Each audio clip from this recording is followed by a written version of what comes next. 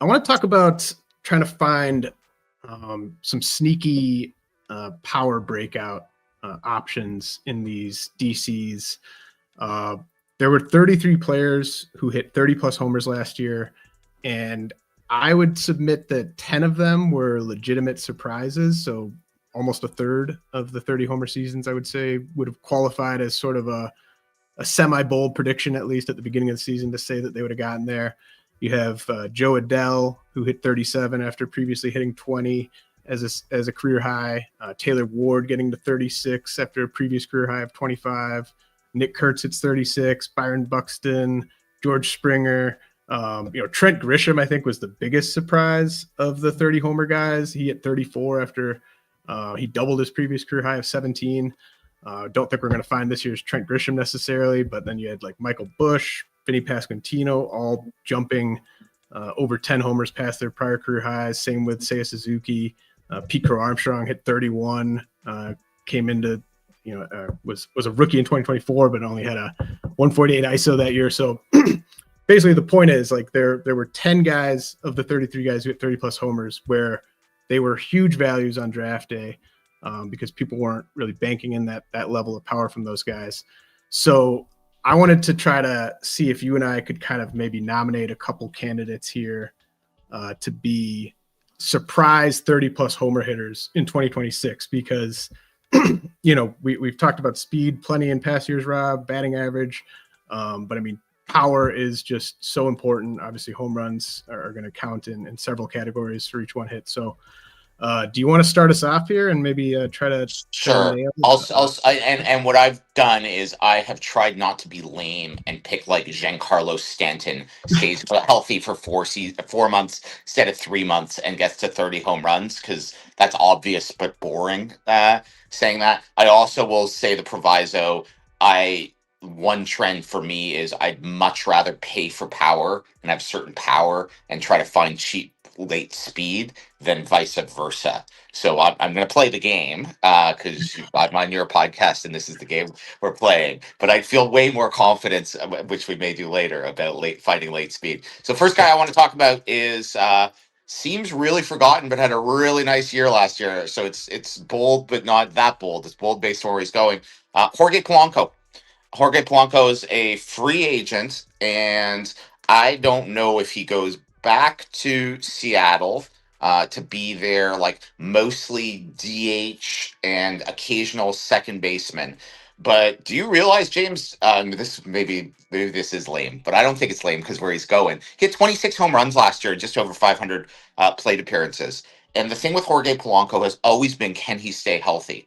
And him just as a DH, potentially in a nicer ballpark than Seattle. But even if he goes back into Seattle, he finding guys late who have the potential for 25 to 30 plus home runs with batting averages that won't kill you. Steamer sees him as basically like a 25, 27 home run, 250-ish hitter. But that again is, I assume, in either a neutral or Seattle park. So I think if Jorge Polanco stays healthy, big asterisks, he can hit 30 home runs this year, and I think that would surprise people, even though he came relatively close last year, and he has done it before.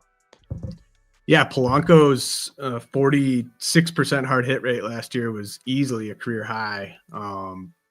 And the fact that he's kind of moving into this DH phase is potentially very encouraging for his durability. Like you said, it's just got to find him a full-time job somewhere. I think that'll probably happen.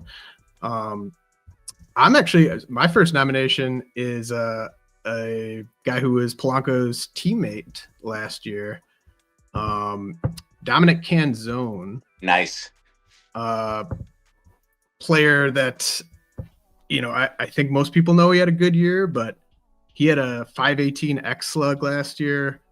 Only played about half the season, but I think he's got room to potentially get to even more power. Like he hasn't really optimized the air pull as much as he possibly could. He had 11 homers, 181 ISO in 82 games last year, under 270 plate appearances. I think, Steamer's got him for like that same level of playing time again, right? Like basically half a season's worth of at bats. Depth charts has him for 420 plate appearances. He actually had a 113 WRC plus against lefties last year, and I think the Mariners are just really lacking compelling short side platoon options. So I think Canzone's going to play every day to start the year, and I think he should hit roughly fifth in that lineup. And I'm not going to project him for 30 plus homers, but I don't think I'd be too surprised if he got there. I'd probably project him for over 20 and a pretty good batting average. Love Canzone, and you can get him at a time in DCs right now in draft champion drafts where it's really a lot of pure platoon bats. And I don't know about you, there's some fantasy players who are really good at maximizing platoon guys, and they're like on top of it and will swap guys in and out and put together like a Frankenstein type of guy. I know I suck at that, and I try to avoid taking those like true platoon mostly left-handed bats. So at a time when it's mostly those guys who are available, Canzone is still available, and he at least has a path towards a full-time job if he can stay healthy. So I love that pick. So one of the guys who did it last year was Byron Buxton. And if you told people last year at this time, like, I'm all over Byron Buxton, you'd get the eye roll and saying, like, yeah, no, he'll hit 30 home runs over the next 3 seasons because Byron Buxton just can't stay healthy. Love him when he's playing, but he will never stay healthy. Byron Buxton is a broken player, and it's amazing how perception about that, especially amongst hitters, can change very quickly. Brandon Nimmo used to be an always injured player. Now he's played all the time. Aaron Judge, there was a time that he just couldn't stay healthy. So things can change. So the guy that I'm going to say is my second one, to be even a little bit more bold than Polanco, is Byron Buxton's teammate Royce Lewis stays healthy. And Royce Lewis has finally kind of just achieves what we thought was inevitable for a top whatever. I don't know how high he got ever on your overall list, but a prestige prospect. And the one thing we just really need from Royce Lewis is health. Do I have any actual arguments about why 2026 will be different than 2025 or 2024 or 2023? No, the new manager talked to him and said, "Hey, buddy, it would be helpful if you could stay healthy." I think he's at jokes aside. So, like, maybe now he'll try. I don't think he wasn't trying. But like he's now into his ARB years, or coming into his ARB years, and yeah, so I think I think he's cheap enough, and he's still, the skills are sharp enough, both on for Roto, both on the speed and the power, that it's not 30 home runs may be a stretch for him, but it's certainly within his range of outcomes. But like a 25-15 type season with health is entirely there, and I think he's where he's going. If you can get that from your third baseman, especially in a DC where you can backfill if and when he's injured, I think he's a nice risk, and I'm calling him for 30 home runs this year. Yeah, he was someone I was going to bring up if you didn't. So jeez, we didn't even consult on this. That's wild. I'm glad you mentioned him. I think I'm back in. I think the price is right, like you said. He's going just inside the top 200. Polanco, who you mentioned earlier, going around 250. Canzone going around 350. But yeah, Lewis, at least he was running towards the end of the year. He wasn't running early in the year, and he finished the year healthy. Like that's kind of what worked for Buxton last year, is he actually got like an off season where he wasn't rehabbing anything. And I know there were like stories in the local Minnesota papers and stuff about the Twins were working with him all off season and taking advantage of the fact he was healthy all off season. So maybe Lewis can kind of benefit from just that having a normal off season. But yeah, I think the price is great on Lewis. I'm going to nominate, let's see.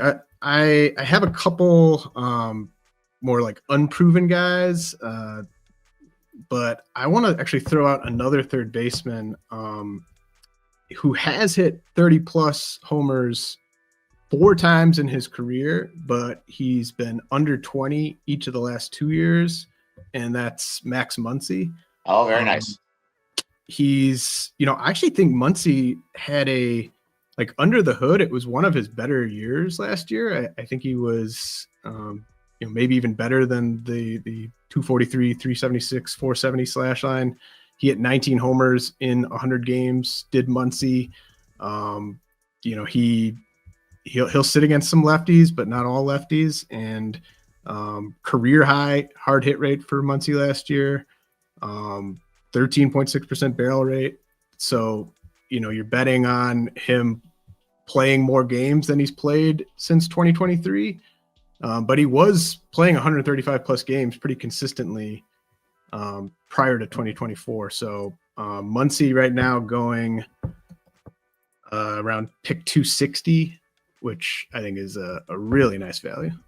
My fellow Canadian Joe has been hitting all over Muncy, and he pointed out that Muncy got glasses at the end of April of last year, and it turns out being able to see helps with making contact. I don't know if some of your scouting contacts, James, agree with that. Maybe it's a controversial take, but from May 1st until the end of the year, Max Muncy had the 8th best WRC plus in baseball, and the Dodgers on the platoon question. So that could also be random noise, like man gets glasses, does better. Also could be he's a good hitter and random stuff happens. The Dodgers with the platoons go through these phases. Sometimes their bench is super structured and deep and they're well aligned, and sometimes they have one of Friedman's basketball buddies from the local Y as their backup infielder, and they have no real options to platoon. So it'll be interesting who else they bring in. He's not young, and with the Dodgers, I don't mean that as he's hitting the cliff. Springer showed this year you can be old and have a great year, but much like with their pitchers, my guess is they'd rather him not play 155 games and be fresh and healthy for an entire season, because they're the Dodgers and they may be playing deep into October. But I think it's a great. He's really cheap. In the drafts, I don't know where he's going exactly in DCs, but he's very available. So I think it's a good pick. Yeah, Muncy, in the last 11 DCs, he's going around pick 260. And it's just tough to find guys in that range that are and you don't, and depth charts has him for 110 games. I think you can bump him to 130. You don't have to project him out to 150 games to make this a really nice value, I don't think.